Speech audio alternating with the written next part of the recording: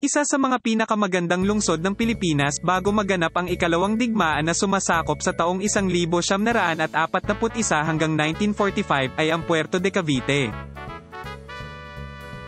Subalit ang matandang lungsod na existido sa mahigit na 350 taon ay nawasak sa isang iglap at nawala na kahit anumang bakas ng kanyang dakilang nakalipas. Sa pag-aaral po natin ay ating titingnan ang pag-unlad ng pamayanan ng Puerto de Cavite hanggang sa ito ay sirain ng digmaan. Bago po lamang tayo magpatuloy, makikiusap po sana kami sa inyo na mangyari po lamang na mag-subscribe po bilang inspirasyon upang magpatuloy po kami sa aming ginagawang pagsasaliksik sa kasaysayan ng Pilipinas.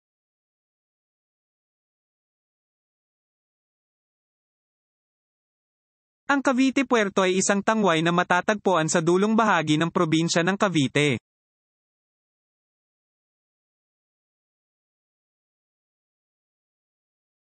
Sa loob ng mahigit 350 taon, ang nasabing lugar ang nagsilbing kabisera ng probinsya, sentro ng pamahalaan, instilasyong militar, pang-edukasyon, at pangrelihiyon.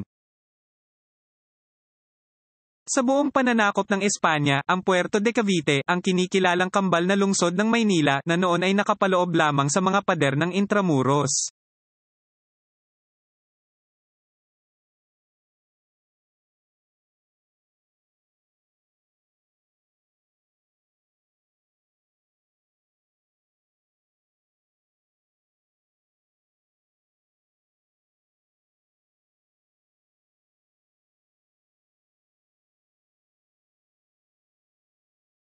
Ang makikita po ninyo ay ang mapa ng Cavite noong 1659. Sa gagawin po nating pagpapalaki sa nasabing mapa ay makikita natin ang kaayusan ng nababakurang pamayanan ng Puerto de Cavite na katulad ng Intramuros ay mayroon ng mga nakatayong malalaking mga edipisyo bilang mga residensya, pampamahalaan, at pangrelihiyon. Isa sa pinakamahalagang lugar dito ang sitio na kinalalagyan ng Casa Real.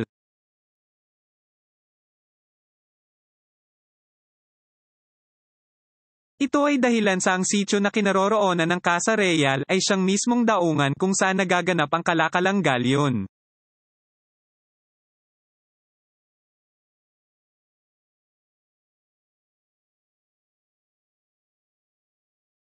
Sa pagpapatuloy ng pagsusuri sa sumunod na mapa ay makikita ang dalawang mahalagang lugar sa loob ng bayan ng Cavite. Una ay ang daungan na pinagbabaan at pinagkakargahan ng mga kalakal ng galyon.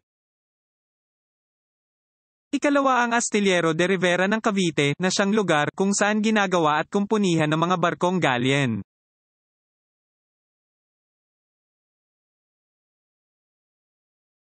Ang makikita po naman ninyo ay ang tanawin ng Puerto de Cavite mula sa Manila Bay sa ginawang painting ni Duce de Vancy ng La Perouse Expedition noong 1797.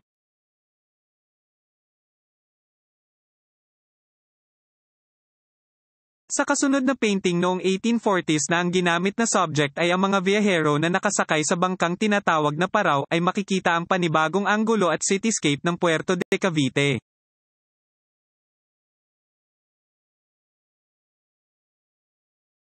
Ang sumunod naman ay ang isang painting noong 1841 na nagpapakita ng mas malapit na vista ng Puerto de Cavite sa may area ng Bacoor Bay.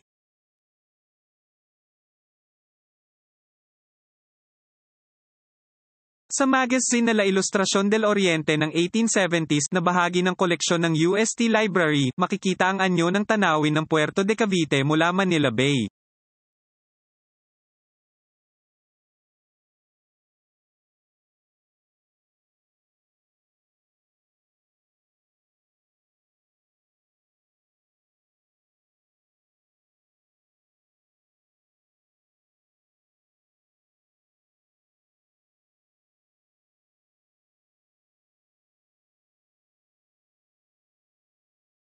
Ang makikita po naman natin ay ang mapa ng Puerto de Cavite noong 1880s kung saan ganap na puno na ang buong Cavite Puerto ng mga edipisyong residensyal at pansimbahan.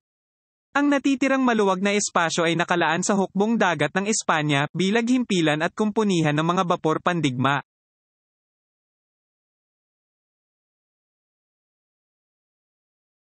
Noong ika-1 ng Mayo taong 1878 sa naganap na labanan na tinatawag na Battle of Manila Bay, sinalakay ng mga squadron ng hukbong pandagat ng Amerika, ang armada ng hukbo pandagat ng Espanya, na nakahimpil sa puerto ng Cavite.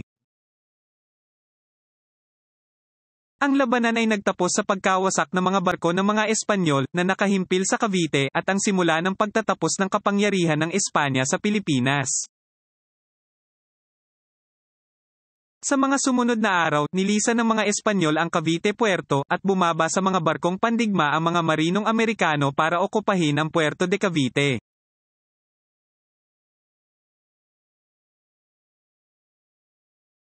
Magmula sa pagtanaw ng Cavite Puerto, mula sa dagat, tingnan naman po natin ang mismong bayan ng Cavite mula sa kalupaan.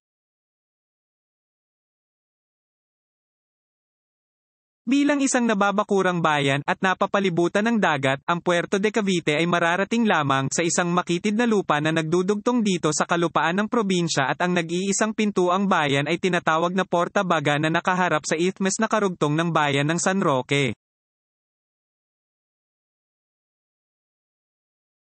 Sa pagpasok sa pintuang bayan ng Porta Baga, ang unang pinaka-importanteng edisyo na matatagpuan ay ang simbahan ng Porta Baga, na nagsilbing pangunahing simbahan sa loob ng Puerto de Cavite, hanggang sa wasakin ito ng digmaan.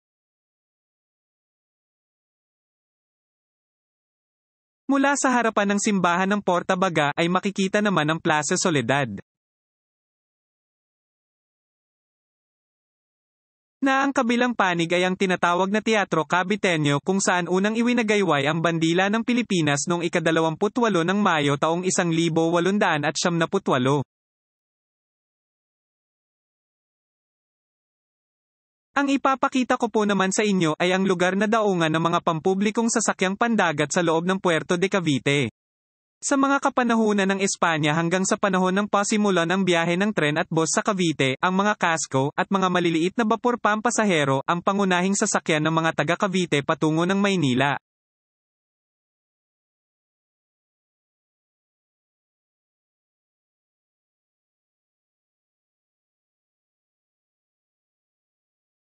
Ang inyo po namang makikita ay ang lugar sa Cavite Puerto na tinatawag na Paseo de Riparo. Lumilitaw na ito ang pinakamalawak na pampublikong espasyo sa loob ng bayan ng Cavite, kung saan ginaganap ang mga malakihang pagtitipon ng mga tao sa mga kapanahunang iyon.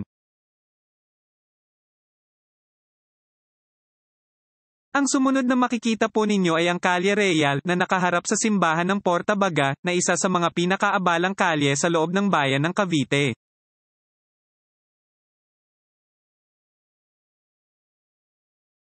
Ang Calle Recoleto sa loob ng Puerto de Cavite, ang kinalalagyan ng simbahan ng Santa Monica. Ang katunayan, ang mga Recolitos ang may malaking parsela ng lupa sa loob ng bayan ng Cavite, at sa mahabang panahon, ang ilang mga bahagi ng lupa nito ay kanilang pinapaupahan, upang magkaroon ng karagdagang kita ang kanilang religious order.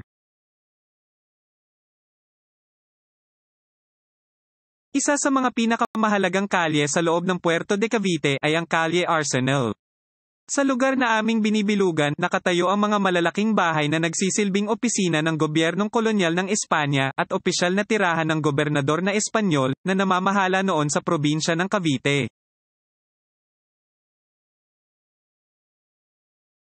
Sa kanto naman ng Calle Arsenal at Calle Isabela II, matatagpuan naman ang Hospital ng San Juan de Dios, na nagsilbing pagamutan ng Puerto de Cavite, at pansamantalang naging hospital ng hukbong Pilipino sa panahon ng ikalawang yugto ng himagsikang Pilipino, noong 1898.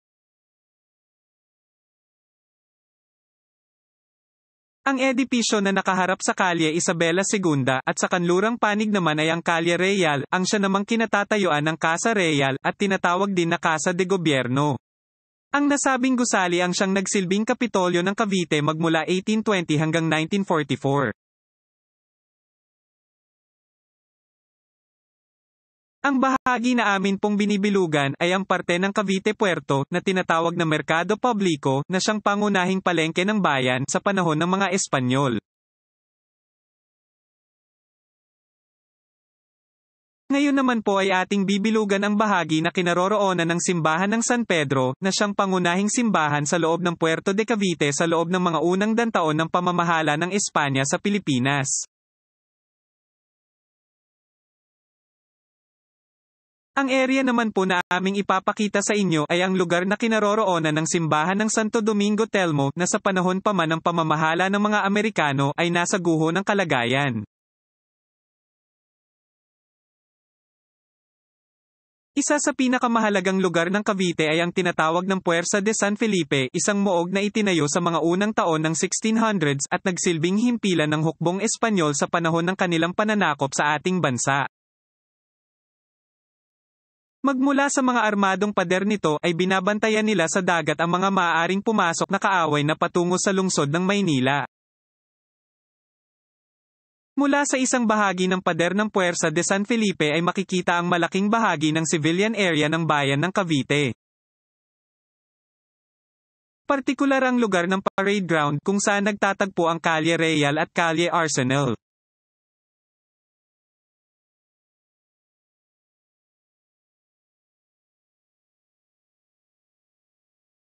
Dahilan sa may kakulangan ng mapa na aming unang ginamit, hayaan po ninyo na palitan ko ito kung saan ang scope ay umaabot sa mismong area ng Cavite Naval Yard.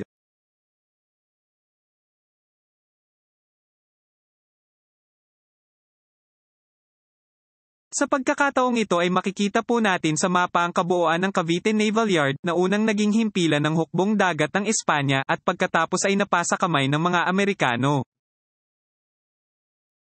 Naging mahalaga sa mga Amerikano ang nasabing basing nabal bilang daungan at kumpunihan ng kanilang mga barkong pandigma.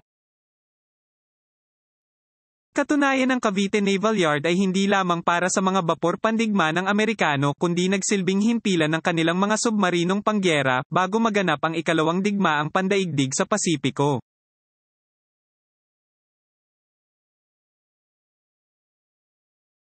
Ito ang isang bahagi ng Puerto de Cavite sa panahon ng ito ay okupahin ng mga Amerikano. Dito ay makikita ang mga malalaking mga gusali at bahay na nagbibigay ng impresyon na isa itong maunlad na pamayanan bilang sentro ng pamahalaan, edukasyon, kultural, at militar.